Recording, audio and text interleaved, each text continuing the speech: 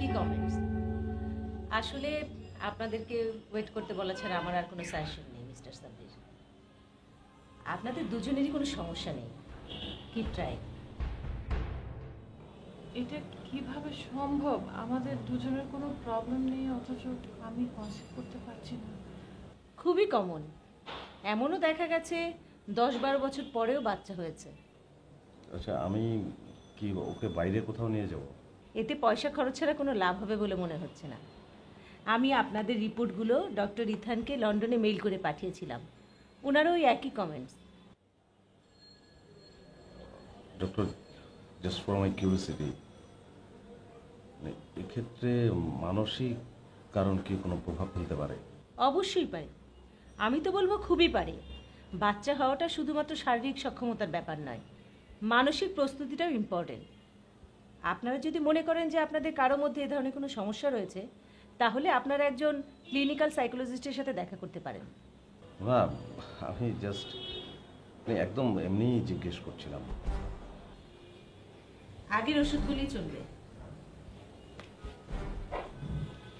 Thanks.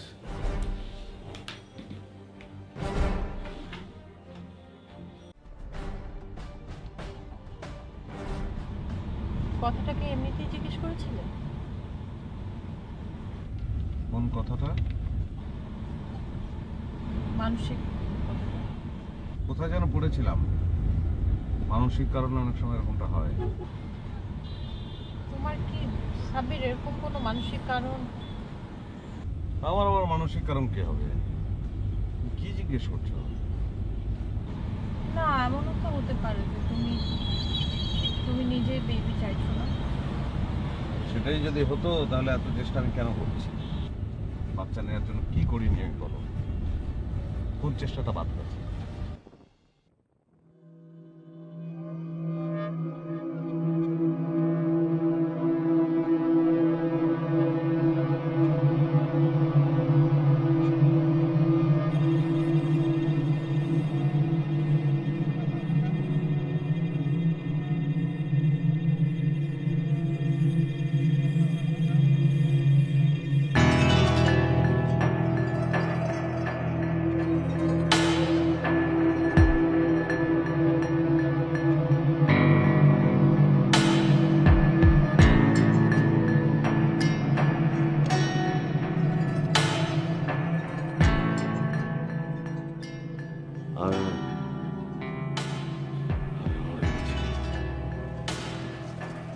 আমি মরে গেছি, আমি জানি।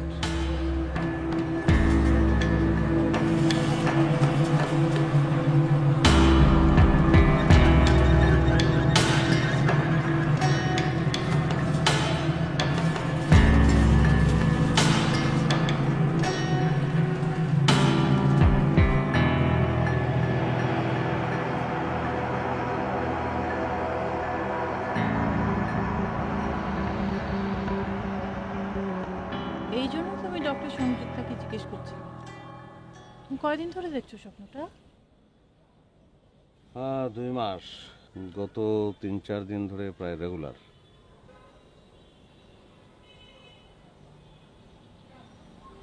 এই ডক্টর কিন্তু একজন কাউন্সিলরের কথা বলছিলেন। তুমি যাবে কাউন্সিলিং নিতে? আচ্ছা, তোমার কি মনে হয় বলো তো, এটা কি আমার কোনো মানসিক সমস্যা?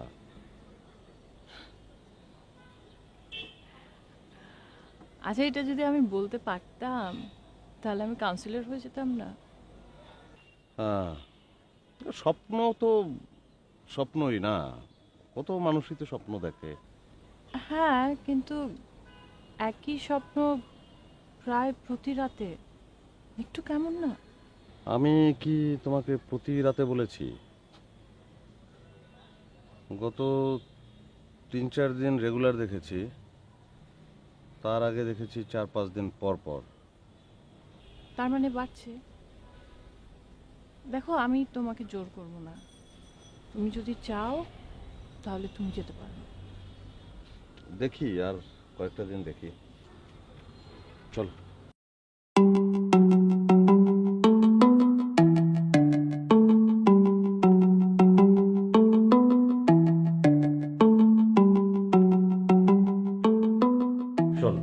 এটা হলো পুরো বিশ্বাসের ব্যাপার। এখন তুই যদি বলিস এটা 100% জেনুইন কিনা, তাহলে আমার কিছু বলার নেই। আচ্ছা অপু ভাই যখন বলছে চলো না, কাছেই তো। একেবারে কাছে ভাবি, এই যে মকবুল কলেজের পাশ দিয়ে যে রায়বাজার দিকে রাস্তাটা গেছে না, ওই রাস্তা দিয়ে একটু সামনে বায়ে মোড় নিলেই। নিলাম বাই মোট, সেটা ঠিক আছে, কিন্তু শেষমেশ পীরের কাছে যাব। আচ্ছা সাবির, আমি তোকে একবার বলেছি উনি পীর, এত বুঝিস কেন? উনি একটা হার্বাল মেডিসিন তৈরি করেছে, সেটা অনেক ভালো। আর এটা আমাকে কে বলেছে জানিস? কে? আমাদের রাজীব। রাজীবের কি হয়েছে আবার? আরে রাজীবের এক কলিগের বাচ্চা ছিল না, পরে লাটু কবিরাজের ওষুধ খেয়ে এখন রেজাল্ট ভালো। কি নাম, কি নাম? লাটু কবিরাজ। লাটু নামটাই তো কিরকম বিদ্যুটে। আচ্ছা ঠিক আছে, অসুবিধা নাই, তুই যখন বলছিস যাব। তুমি তাহলে রেডি হয়ে থেকো। জি স্যার।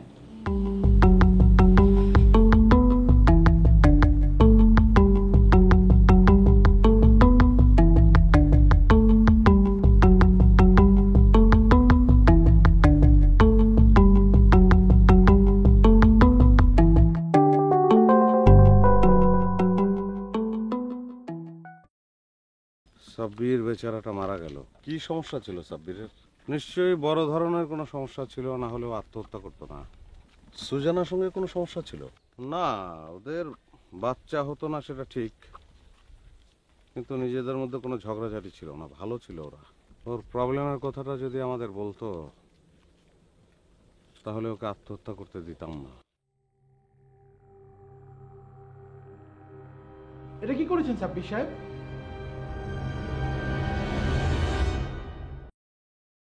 পড়ে দেখেন, সন্ধ্যার প্রোগ্রামে এই স্পিচ দিব।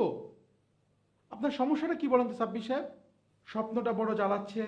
এখন প্রতিদিন দেখছি স্বপ্নটা। নিজেকে এভাবে প্রতিদিন কেউ মরতে দেখে কিনা আমার জানা নেই। এক মানুষ কতবার মরে? স্যার আই সরি, আসলে এটা আমার একটা গল্পের ড্রাফট। স্যার অসুবিধা নেই, আপনি জানি আপনার স্পিচটা আমি রেডি করছি, রেডি করে আপনার কাছে নিয়ে আসছি।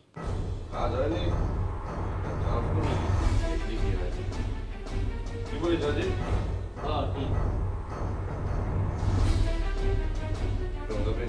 কথা বলি কি বাদ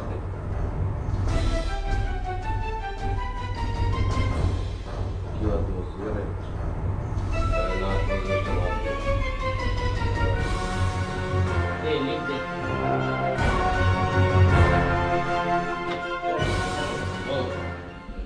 আমরা ড্রিঙ্ক করলে ও সবচেয়ে ভালো কথা বলে।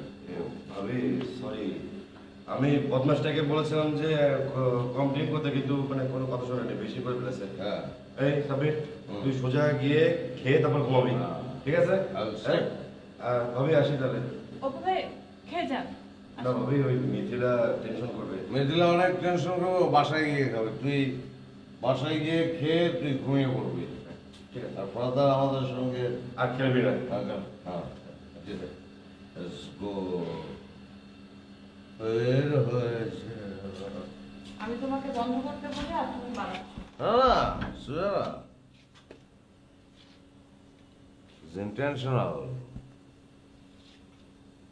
মানে জানো, আমি না ইচ্ছা করে আজকে অনেক খেয়েছি। মানে যদি উপকারটা হয়। কিসের উপকার? হ্যাঁ, কিসের উপকার? ওই যে এই স্বপ্নটা যে, স্বপ্নটা যেন না দেখি।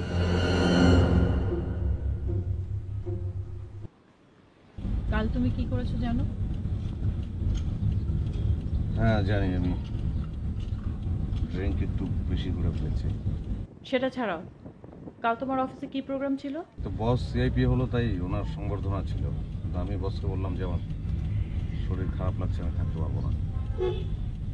তোমার শরীর খারাপ লাগছে, তুমি থাকতে পারবে না, সেটা কিন্তু তুমি আমাকে বলোনি। আমি অনেকক্ষণ পর্যন্ত সেজেগুজে বসেছিলাম। সরি। সরি বললে তো হয়ে গেল না। আর কখনো তুমি তোমার অফিসে কোনো প্রোগ্রামে আমাকে যেতে বলবে না। সুজানা, এটাকে ইস্যু করার চেষ্টা করো না, আমার অবস্থাটা বোঝো। তোমার অবস্থা আমি কি বুঝবো সাব্বির? সবই তো ঠিক চলছে তোমার। তোমার আড্ডাবাজি, তাস খেলা, ফ্রেন্ডসের সাথে হ্যাং আউট সবই তো চলছে। আমি আমার মানসিক অবস্থার কথা বলেছি তোমাকে। ওকে, আমি আর কিছু বলবো না। তুমি কাউন্সিলরের কাছে যেতে রাজি হয়েছো, আই এম হ্যাপি। তোমাকে আমি একটা রিকোয়েস্ট করি, আমার কাছে অনেক কিছু তুমি চেপে যাও না, সেগুলো অন্তত কাউন্সিলরের কাছে খুলে বলো।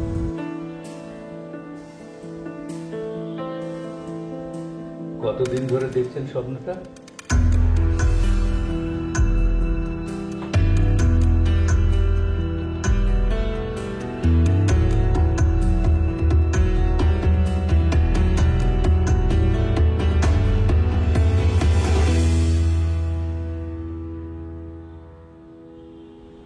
এরকম গ্রাফিক গ্লুমি মুডে বসে থাকলে সাইকোলজিস্টের কাছে চেষ্টা করে নদীর ধারে যান, স্বামী স্ত্রীতে গল্প করুন, বিষণ্ণতা কেটে যাবে। সরি, 3 মাস 3 মাস 3 মাস শুধু রাতে নাকি দিনেও? না, মানে দিনেও কয়েকবার দেখেছি, তোমাকে বলিনি আমি। তা বলবেন কেন? স্ত্রীর কাছে তথ্য গোপন করা তো পুরুষদের একটা কমন টেন্ডেন্সি। আচ্ছা, আপনি কি রাতে দিনে একই সব, আপনি কি আপনার স্ত্রীকে এখানে অ্যালাউ করবেন? যে আপনি যেটা ভালো মনে করবেন। পাশের ঘরে চায়ের ব্যবস্থা আছে, টেলিভিশনও আছে। আপনি এক কাপ চা বানিয়ে নিয়ে বসে বসে টেলিভিশন দেখুন গিয়ে। জি।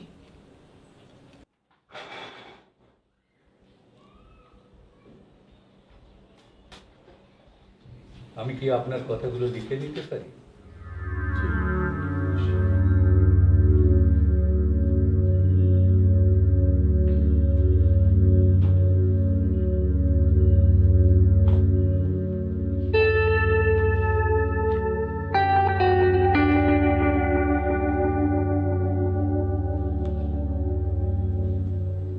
রাতে দিনে আপনি কি একই স্বপ্ন দেখেন? একই বলতে সাবজেক্ট তো একই, কিন্তু দিনেরটার সঙ্গে রাত্রেরটার একটু পার্থক্য আছে।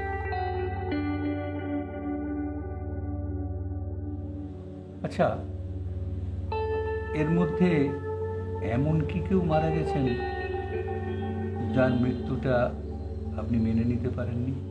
আমার মা যখন মারা যান আমি খুব কষ্ট পেয়েছিলাম, কিন্তু সেটা অনেক আগে। মায়ের মৃত্যুর কষ্টটা একেবারেই আলাদা, এটা কারোর সঙ্গেই মিলে না। আচ্ছা, আপনার কি মনে হয় কেউ আপনাকে মেরে ফেলতে পারে? সেটা আপনার স্ত্রীও হতে পারে। না, কি বলছেন? সুজানা তো প্রশ্নই আসে না। অন্য কেউ না, অন্য এমন কেউ নেই, অ্যাটলিস্ট আমি ফিল করতে পারছি না। গুড। আপনারা বিয়ে করেছেন কতদিন? 4 বছর। বাচ্চা নেওয়ার সিদ্ধান্ত নিয়েছেন কতদিন হলো? জি, বছর ধরে। না, 1 বছর ট্রাই করার পরে যখন দেখলাম সামথিং ইজ রং, তখন ডক্টর সংযুক্তার কাছে গেলাম। সেটাও প্রায় 6 মাস। আপনি স্বপ্নটা দেখতে শুরু করেছেন কতদিন থেকে বলতে পারবেন? মাস 3। তিনি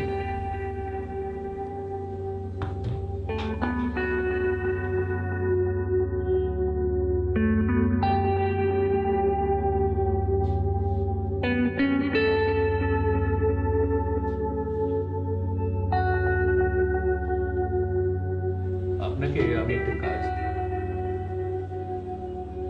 আপনি তো বলছিলেন দিনের রাতের স্বপ্ন 2 রকম। আপনি কালকে যখন আসবেন একটু লিখে নিয়ে আসবেন স্বপ্নগুলো ঠিক কি ধরনের।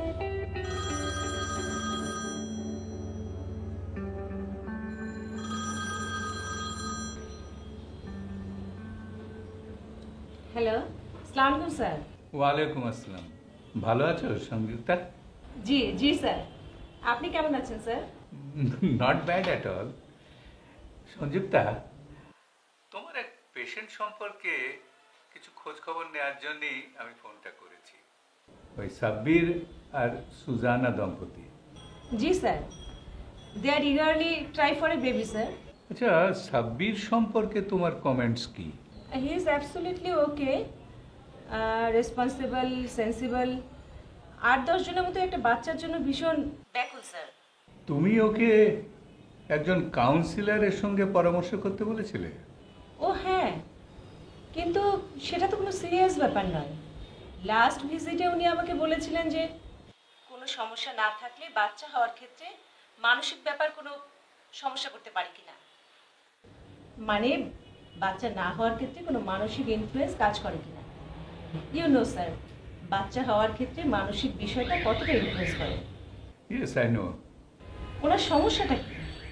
উনি একই স্বপ্ন ঘুরে ঘুরে বারবার দেখেন। দেখেন যে উনি মারা গেছেন। আচ্ছা, ওরা তো প্রথম তোমার কাছে গিয়েছিল 6 মাস আগে। তুমি কতদিন পর ওদের বললে যে ওদের কোনো বায়োলজিক্যাল প্রবলেম নেই, they can have a child very easily? 3 মাসের মাথায় sir. Okay, that's it. Nice to talk to you. Thanks sir, welcome. Start.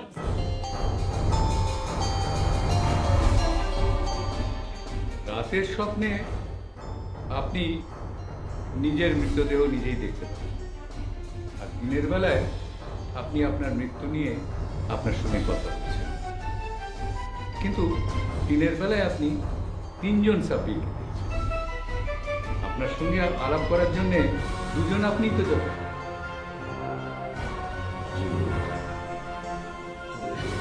কোনো ব্যাখ্যা তো আমার কাছে নেই।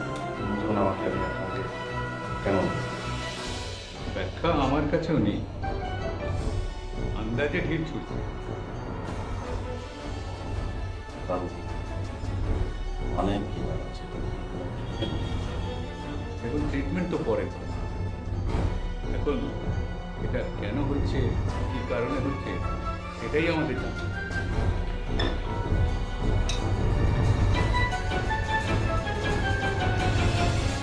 আচ্ছা, আপনি ডক্টর সংযুক্তার কাছে কেন জানতে চেয়েছিলেন যে বাচ্চা হওয়া না হওয়ার সঙ্গে মানসিক সমস্যার কোনো সম্পর্ক আছে কিনা? Out of nothing. Out of nothing. কিন্তু একটা কথা আপনি জানেন কি সাব্বির, যখন থেকে আপনি শুনেছেন যে আপনি এবং আপনার স্ত্রী সম্পূর্ণ সক্ষম, তারপরেও আপনাদের সন্তান হচ্ছে না, তখন থেকেই আপনার স্বপ্ন দেখা শুরু হয়েছে। আপনার মধ্যে এমন কিছু ঘটেছে বা এমন কিছু আপনার মনে পড়েছে যা আপনার অতীত ঘটনা। না না, সেরকম কিছু না। কি অতীত ঘটনা আপনি বলতে চাচ্ছেন? সেটা তো আমি আপনাকে জিজ্ঞেস করছি। কি সেই অতীত ঘটনা যা রিপোর্ট পাওয়ার পর আপনাকে তাড়া করে ফিরছে? আপনি একই স্বপ্ন বারবার দেখছেন। আপনি তো আমাকে ভয় পাইয়ে দিচ্ছেন। আমি মনে করার চেষ্টা করুন, আপনার কাছের বন্ধু কজন? খুব কাছে বন্ধু 4 জন। তবে ইউনিভার্সিটি থেকে আমরা 3 জন একসঙ্গে কোথাও ঘুরতে ঘুরতে গেলে একসঙ্গেই যাই। আমি অপু আর রাজি। 3 জন। That is. আচ্ছা, অপু আর রাজীবের মধ্যে আপনার ঘনিষ্ঠ কি?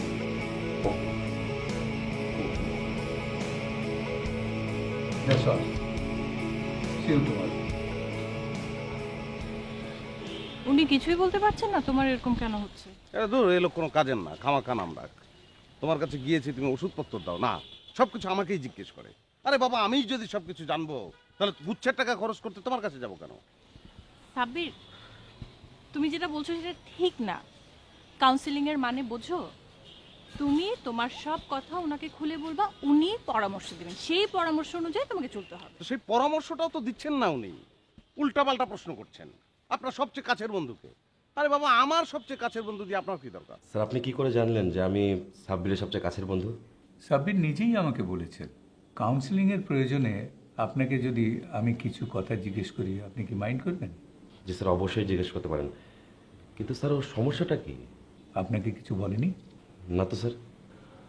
অবশ্য এটা কোনো অস্বাভাবিক ব্যাপার নয়। এই স্বপ্নের পিছনে এমন কিছু একটা আছে যেটা মিস্টার সাব্বির ভুলে থাকতে চান, আর সেই জন্যই এ বিষয়ে কারোর সঙ্গে শেয়ার করতে তার উইলিংনেস নেই। স্যার আমার নাম্বারটা কিভাবে পেলেন?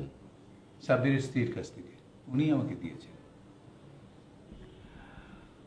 দেখুন, আমি না বলা পর্যন্ত এ বিষয়ে সাব্বিরের সঙ্গে আপনি কোনো আলাপ করবেন না। স্যার আমি ওকে কিছুই বলবো না।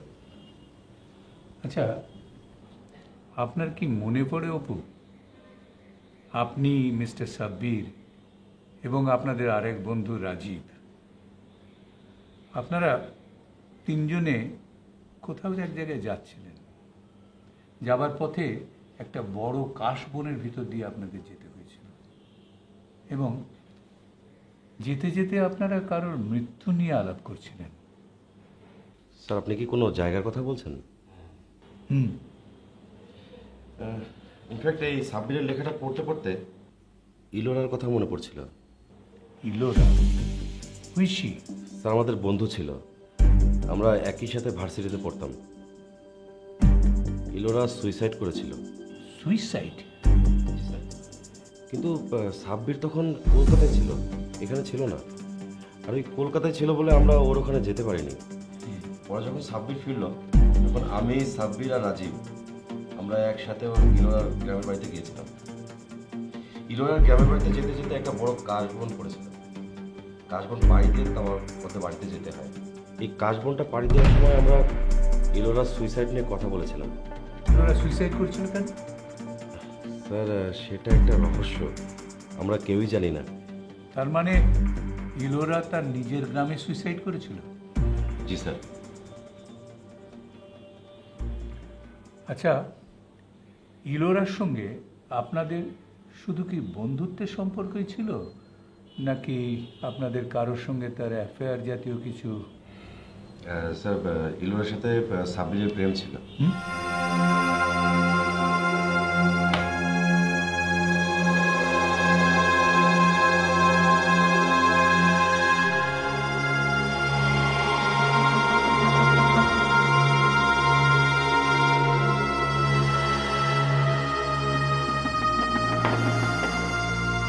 ইলোরা গ্রামের বাড়িতে সুইসাইড করেছে,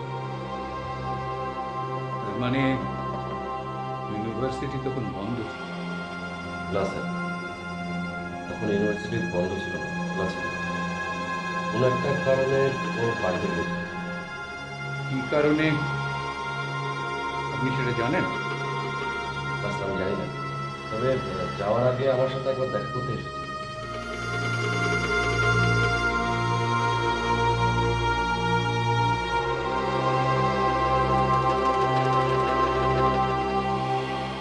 অপু, একটু এদিকে আয়।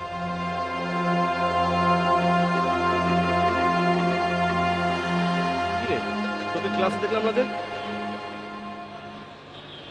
কি রে ইলোরা, তোকে এমন দেখাচ্ছে কেন? অপু, সাব্বির কোথায়? ওকে তো কোথাও খুঁজে পাচ্ছি না। সাব্বির তো আজকে সকালে গ্রামের বাড়িতে গেল, তুই জানিস না? না তো, কাল সন্ধ্যায় তো আমার সাথে দেখা হলো, আমাকে তো কিছু বলেনি।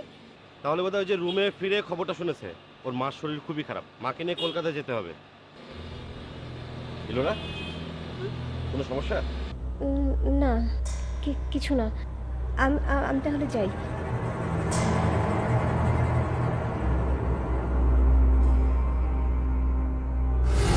আপনার মায়ের কি অসুখ করেছিল? আপনি ইলোরার বিষয়টা জানলেন? আপনি নিজে বলছেন না, তাই আমাকেই কষ্ট করে জেনে নিতে হচ্ছে। আপনাকে অপু বলেছে, তাই তো? কে বলেছে সেটা ইম্পর্টেন্ট। ইলোরা নামের একটি মেয়েকে আপনি ভালোবাসতেন, এটা কি আপনি অস্বীকার করতে পারেন মিস্টার সাব্বির? জি না স্যার। ব্যাস। আমি কোনো গোয়েন্দা কর্মকর্তা না যে আপনার কাছে তথ্য গোপন করব। সময় হলে আপনাকে আমি সবই বলব। আচ্ছা, আপনার মাকে কলকাতায় কোন ডাক্তারের কাছে নিয়ে গেছিলেন? ডক্টর শুভ, বিড়লা হার্ট সেন্টার। মায়ের হার্টের প্রবলেম হয়েছে। ডক্টর শুভ দত্ত,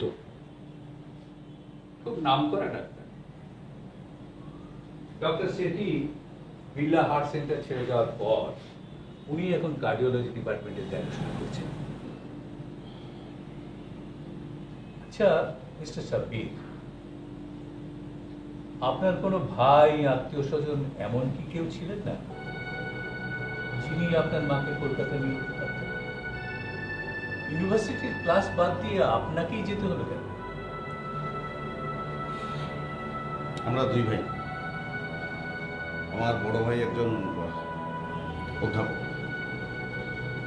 সেই সময় ইন্টারমিডিয়েটের পরীক্ষা চলছিল, উনি যেতে পারেননি, তাই আমাকে যেতে হয়েছে। যাওয়ার আগে ইলোরাকে কিছু জানিয়ে যাননি কেন? আপনার কথাবার্তা আমি বুঝতে পারছি না। আমি রেগুলার একটা দুঃস্বপ্ন দেখি, সেই প্রবলেম নিয়ে আমি আপনার কাছে এসেছি। আপনার যদি কোনো কাউন্সেলিং দেওয়া থাকে সেটা আপনি দেবেন। আপনি খামাখা ব্যক্তিগত বিষয় নিয়ে কাউন্সেলিং এর স্বার্থে এগুলো আমার জানা দরকার। দেখুন মিস্টার সাব্বির, আপনি যে সমস্যা নিয়ে আমার কাছে এসেছেন, if you want to continue with that, you may do so. You may leave now. But if this problem leads you to mental disorder, don't blame me. Sir, আমি পাগল হয়ে যাচ্ছি। আমাকে বাঁচান প্লিজ। ইলোরা আত্মহত্যা করেছিল কেন? আমি জানি না। আমি জানি না। আমি জানি না এটা।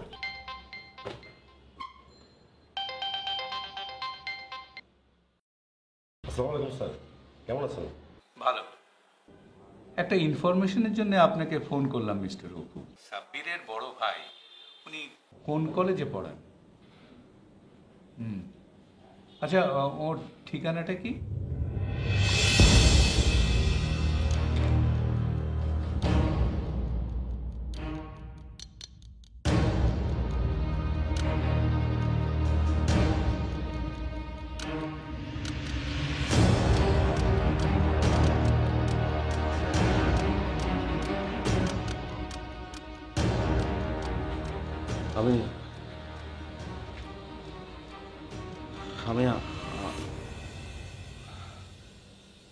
আমি তোমাকে ইলোরার কথা বলেছিলাম না? হ্যাঁ বলেছিলে। হ্যাঁ, ইলোরা আসলে ও সুজানা সুইসাইড করেছিল। সুইসাইড করেছিলে? তাহলে তুমি কেন বলেছিলে ওর ক্যান্সার হয়েছিল?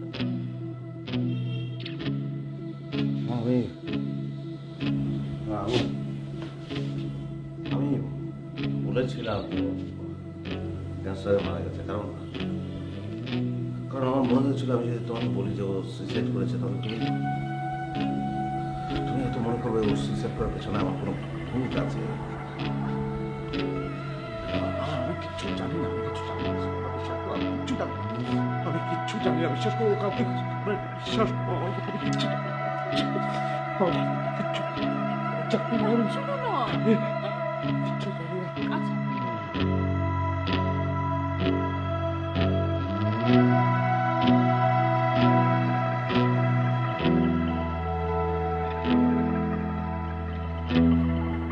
আপনি কলকাতা গিয়েছিলেন, এ কথা সত্য, কিন্তু আপনার মা আপনার সাথে ইনফ্যাক্ট আপনার মায়ের হার্টের কোনো প্রবলেম ছিল। আপনি আমার সঙ্গে এরকম আচরণ কেন করছেন? কেন আমাকে আমি মিথ্যে বলছি আপনাকে?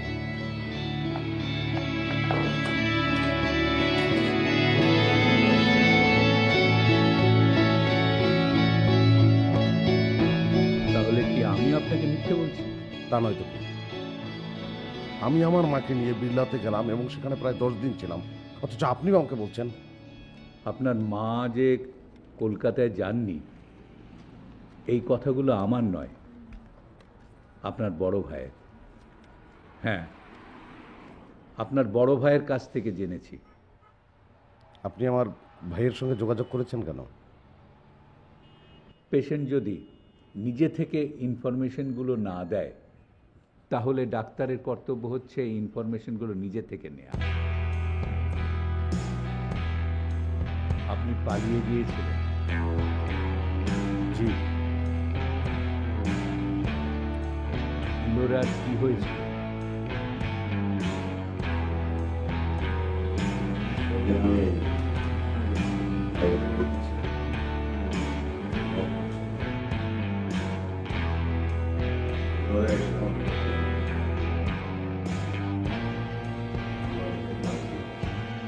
তুমি কি শিওর যে তুমি প্রেগনেন্ট?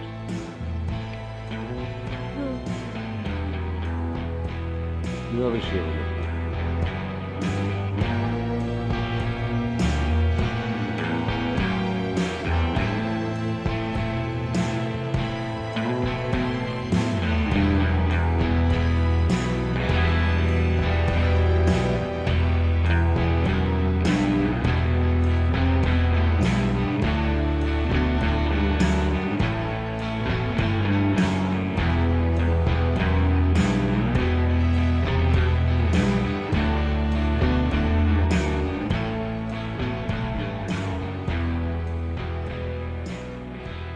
আমাদের তো বিয়ে হয়নি এখনো, তুমি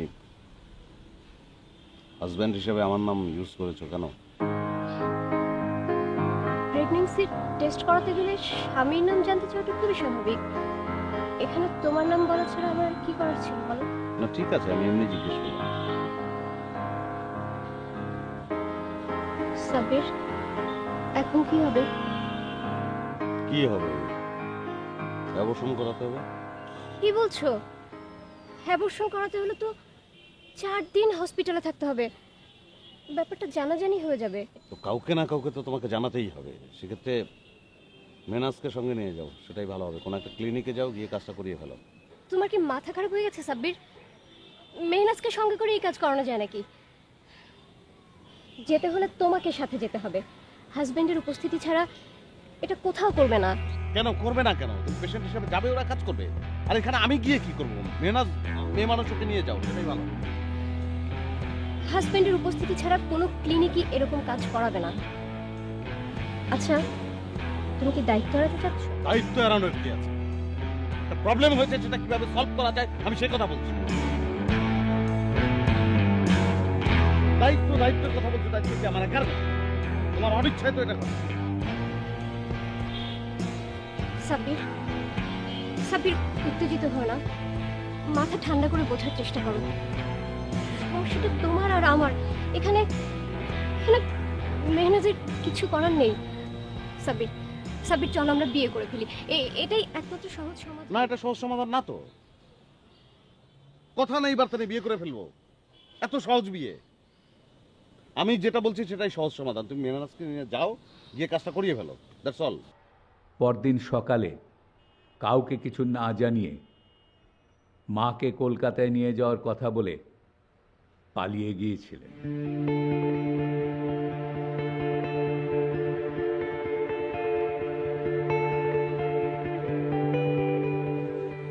এতটা দায়িত্বহীন আপনি হতে পারলেন? জি, আমার আসলে সেদিন লজিক্যালি এইভাবে পালিয়ে যাওয়া উচিত না। মানে আমার এখন মনে হচ্ছে আসলে আমি এত ঘাবড়ে গিয়েছিলাম, এতটা ভয় পেয়েছিলাম যে। আপনি তো ইলোরাকে ভালোবাসতেন। ইলোরার কি হবে একবারও ভাবলেন না? স্বার্থপরের মতো নিজেরটাই ভাবলেন কেবল। ইলোরার আত্মহত্যার খবর আপনাকে কে দিয়েছিল? আমি অপুর কাছ থেকে সব শুনে এক ধরনের নিশ্চিন্ত হয়েই দেশে ফিরলাম। তারপর রুমে ফিরেই ইলোরার একটা চিঠি পেলাম।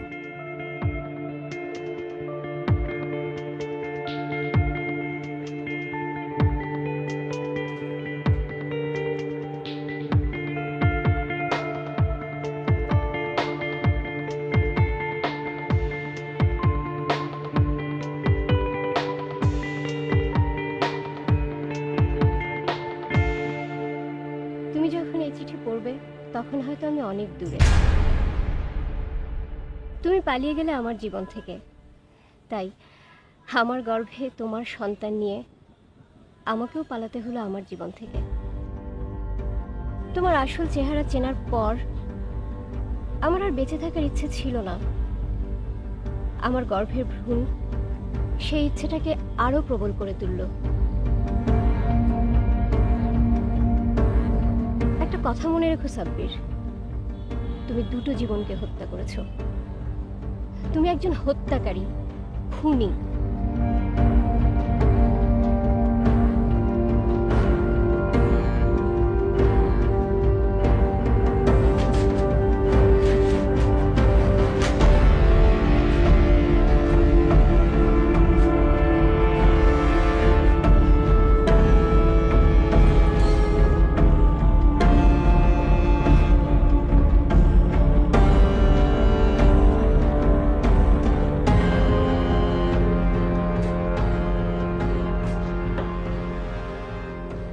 নিজের কথা ভেবে আপনি পালিয়েছিলেন,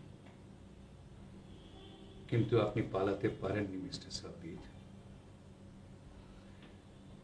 এতদিন পরও ইলোরা আপনাকে কারা করেছে।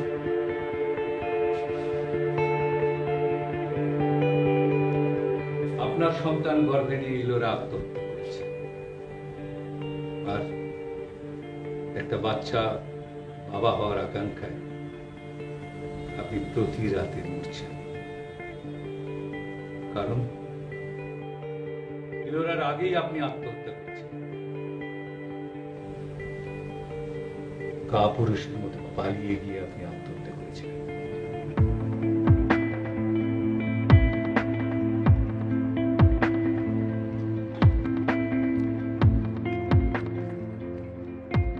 আপনি আমাকে বাঁচান, আপনি আমাকে বাঁচান। আমি এখন কি করব? ইলোরা চিঠিতে লিখে গেছে আপনি একজন হত্যাকারী। দুটো জীবন আপনি হত্যা করেছেন। আপনি নিজ হাতে হত্যা করেননি, কিন্তু দুটো খুনের দায় দায়িত্বই আপনার। আপনি পুলিশের কাছে যান। যে পাপ আপনি করেছেন সেই পাপের শাস্তি ভোগ না করলে আপনি মুক্তি পাবেন না। You must confess to Ilora's family, to the police, and most importantly, to your wife.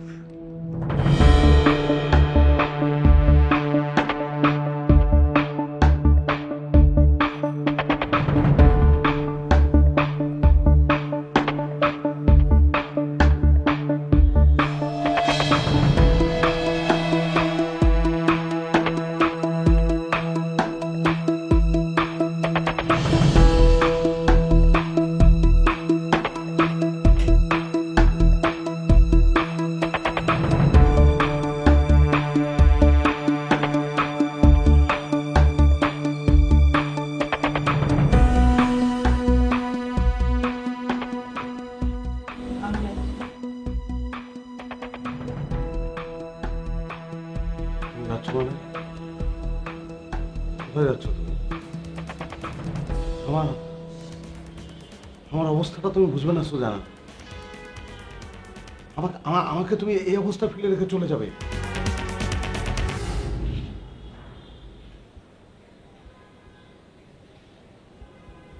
যে অনেক বেশি অসহায় অবস্থায় ছিল তুমি তাকে ফেলে পালাওনি। আমি তো অন্তত পালাচ্ছি না। যাওয়ার সময় বলে যাচ্ছে যে তোমার মতো একটা লোকের সাথে